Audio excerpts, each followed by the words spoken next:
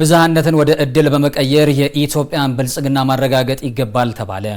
የተባለው አራተኛው ቀኑን በያዘው የምክክር ቀን ተብሎ በተካሄደው 20ኛው የብሔር ብሔረሰቦችና ሕዝቦች ቀን በዓል ላይ ነው።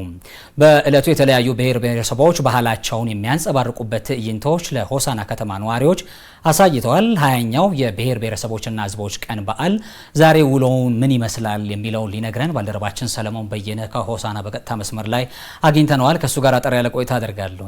ሰለሞን እንደምን ውለሃል? በዛሬ ውሎ ምን ጉዳዮችን ተመለከትክ? የሆሳናስ የበዓሉ ድባብ ምን ይመስላል? በረከት የሆሳና ከተማ አራተኛ ቀኗን ያስቆጠረች ትገኛለች።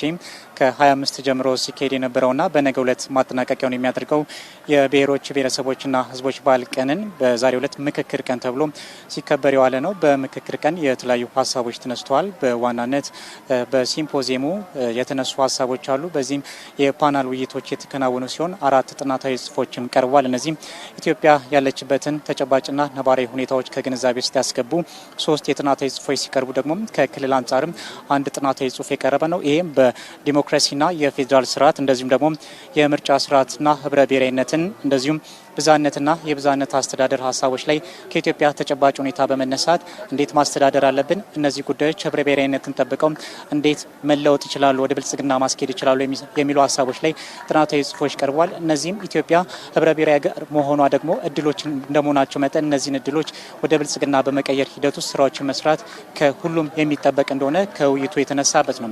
ከዚህም ባሻገር ከክልሎች አንጻር ክልሎች ያሏቸውን የጋራ እሴቶች እንዴት አድርገው ወደ ጸጋ መቀየር ይችላሉ የሚሉ ሀሳቦች ተነስተዋል። ይህም በማዕከላዊ ኢትዮጵያ ክልል ያሉ አጠቃላይ የቱሪዝም ስራዎችንና ሌሎች ጸጋዎችን መቀየር በሚቻልበት ሁኔታ ላይ ሀሳብ የቀረበበት ነው። እነዚህም በሲምፖዚየሙ የተነሱና በምክክር ሀገርን መቀየር እንደሚቻል በጠቅላላ የተነሳ ነው። ሌላው በሆሳና ከተማ የተከናወነው ተግባር ደግሞ ከሰዓት በኋላ የተለያዩ ብሔረሰቦች ለሆሳና ከተማ ነዋሪዎች ትዕይንቶችን አቅርበዋል።